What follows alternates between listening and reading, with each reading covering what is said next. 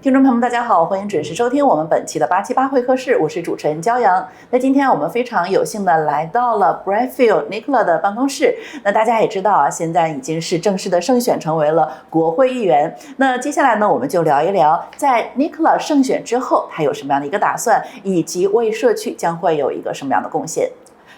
So firstly, congratulations Thank you for so much. you and congratulations on your recent election win. So can you share with us how you felt during the long vote counting and the recounting?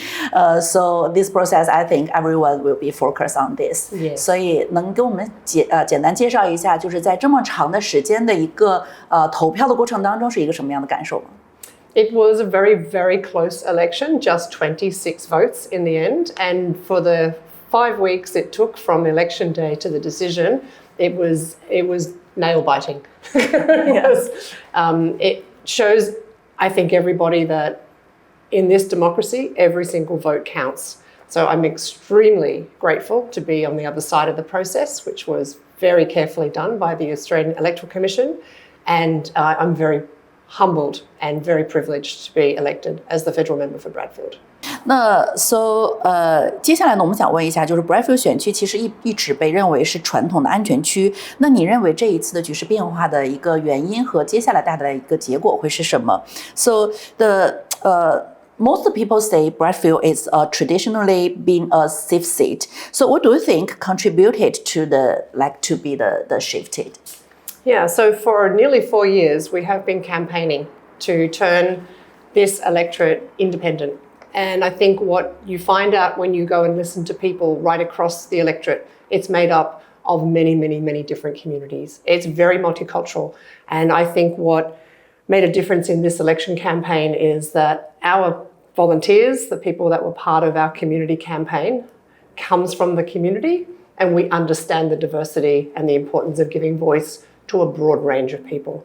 In comparison to the party that has been our representative for 75 years, I don't think that they fully understand modern Bradfield, how it's changed and how diverse and how important it is that we honour, celebrate and value the contribution from the very diverse groups of people that make up this community.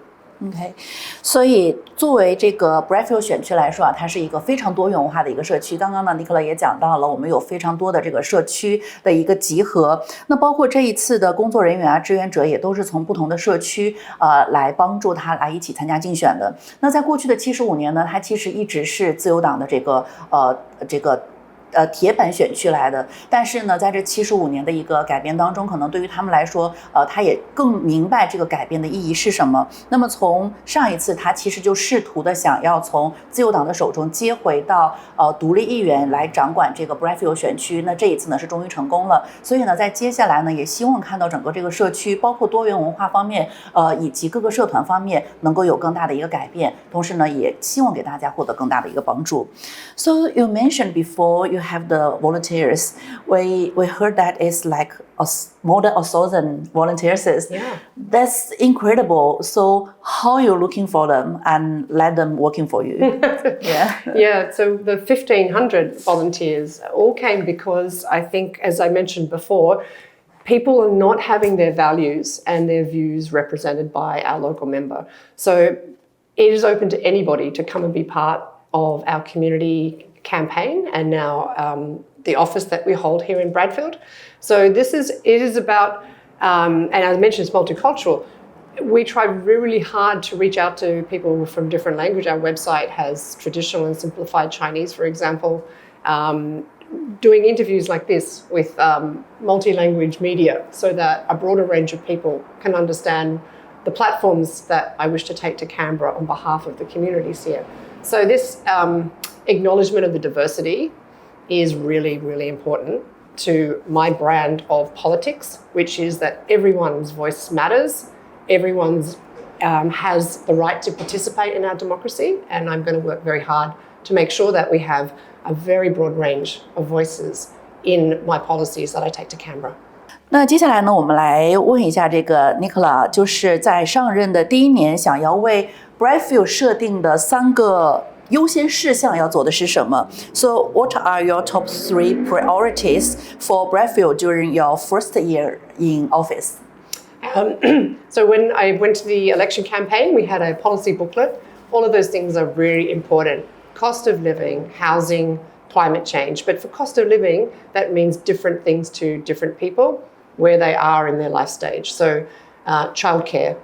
Affordable childcare is very important for families to give our children the best start to life with early childhood education, and so that both parents have a choice to work if they want to. That's an important one.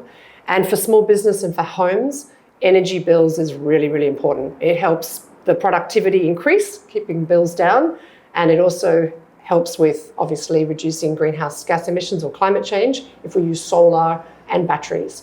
These are just 2 of the priorities, and there are a whole number of things, particularly with reducing red tape for small business. I think we can have a very vibrant economy and community when we have the right settings for business.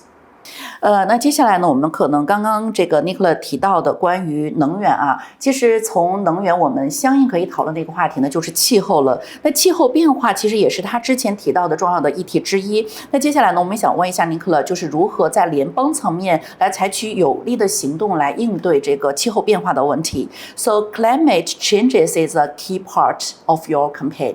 I remembered, yeah. How do you plan to take meaningful action on this issue at the federal level? Yes, so in the last term of government, there was a really strong set of policies called Future Made in Australia. It's a wonderful set of legislation that helps build and rebuild the processing and manufacturing in Australia for clean energy. And what the great advantage about this, particularly for our electorate like Bradfield, is that we partner bilaterally with China and Australia for basically creating the goods and services that help decarbonize the global economy.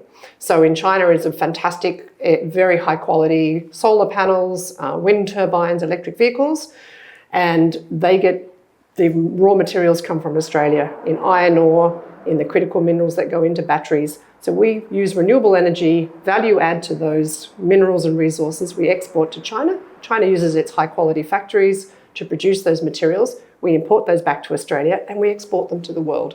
It's win-win for our 2 countries, and it's also fantastic for keeping us productive in Australia and competitive internationally and helping the climate solution. 那另外呢，其实刚刚也提到了关于这个我们生活成本的一个负担啊。那也接下来想问的就是 Bradfield 其实有很多的家庭担心的是这个住房的问题，以及关心更多的是生活成本的问题。那您主张的是哪些的这个措施可以具体的来削减我们的这个生活成本？So many families in Bradfield are concerned about housing affordability and cost of living. So what kinds of actions will you advocate for? Yes, so can you give us some example? Yes, so thank you for the question. When I went to the election, we took a number of issues around cost of living. And I mentioned already early childhood education and care, where families can access childcare for just $10 a day. Some families are spending $200 a day just for 2 children. That's going to help bring down the costs. Also, power bills through having solar and batteries. We need more competition in supermarkets so that when we go and buy our groceries each week, we can bring down the price of what's inside the grocery trolley. That's also important. And then in terms of housing, we have a very, very big challenge. We live in a beautiful place in Sydney. We love the environment here, the great schools, and our families as well. What's important though is we have more quality housing built close to the infrastructure and transport, like the metro and the rail. So we need to just have a lot more affordable housing that is in around the infrastructure that already exists. So the next question is like Bradfield 是一个高度多元的一个选区哈，那您如何是与这些多元文化的群体，特别是华裔的澳大利亚社区共同来建立联系，并且提供这个支持的 ？The Bradfield is a highly diverse electorate, so how will you concern with and support multicultural communities, especially the Chinese Australia community? Yeah, so firstly, we have to acknowledge that yes, it's a very multicultural electorate, and there are many, many different communities that make up the Australian Chinese communities, a very large diaspora. So what's really important is that as the local member, federal member, that in communications, as we have on our website and brochures and policy booklet, we have multiple languages, traditional and simplified Chinese, for example, which you can have on the website at the moment. It's important as well that we have conversations like this one so that your audiences have the opportunity to hear about the ideas. And what we're also doing, because we've only been set up for 1 week now, is some cultural training as well for our officers so that we have a broader and better understanding of the cultural complexities and nuances between communities. And we have, as I mentioned, nearly 1,500 volunteers, multiple language skills in those. So we want to try and attract some of our volunteers to come and work in our electorate office so that we can also make sure that we have the best chance of communicating with and both ways with members of the community from very different, diverse cultural and language backgrounds. I probably should also add that there are many different organisations already that exist right in the different Chinese communities. And I don't want to reinvent the wheel. I want to lean into the leadership of those organisations and their members to also have dialogue around issues. So take the China-Australia Business Council and like CAS is another example, organisations that exist where we can slot in very quickly and have conversations with groups in the community. This is really important social infrastructure. 所以其实呢，近年来作为这个族裔的一些媒体也面临着巨大的一个挑战。那您认为这个族裔媒体在促进社区发展方面呢是有多重要的？同时呢，政府是不是可以采取一些措施来支持我们媒体的一些生存发展 ？So the ethnic media are facing a big difficulty in recently years. So how important do you think ethnic media is in building community engagement, and how can the government help their survival? It's a really, really good question. Yeah. Media more broadly is very concentrated in just the powerful hands of a few people, and yet the role of media has never been more important, even holding politicians to account for the decisions that they make. So a diversity in media is what's key here, and as you look to Bradfield, we have a diversity of people, and so we need a media that can represent and help be the voice with and for the different groups in our community. So the value of diverse media is very important. And the government, if it wants a robust democracy, if it wants to have policies made that are working for the people rather than against the people, then they're going to have to also back in and support a diverse media. So that comes down to the business settings for media, in terms of taxation or broadcasting licenses or these types of things. Those things are really important that the government gets behind the diversity of media. 那刚刚Nicolette也讲到了，其实在多元文化社会当中，那多元文化的媒体呢也是至关重要的，因为它是一个起到了沟通的一个桥梁给政府和民众之间作为一个夹击的这样的一个机构，所以呢它也非常的希望能够帮助这个媒体可以更好的生存。那如果要是比如说政府的一个支持，可以减少这些繁文缛节，减少一些程序，可以更好的能够帮助他们的这些文件获批的话呢，也许可以带来一个更大的帮助。但是呢，他也确实是认为这个多元化的一个媒体在让民众不同语言的民众了解政策方面呢是非常重要的。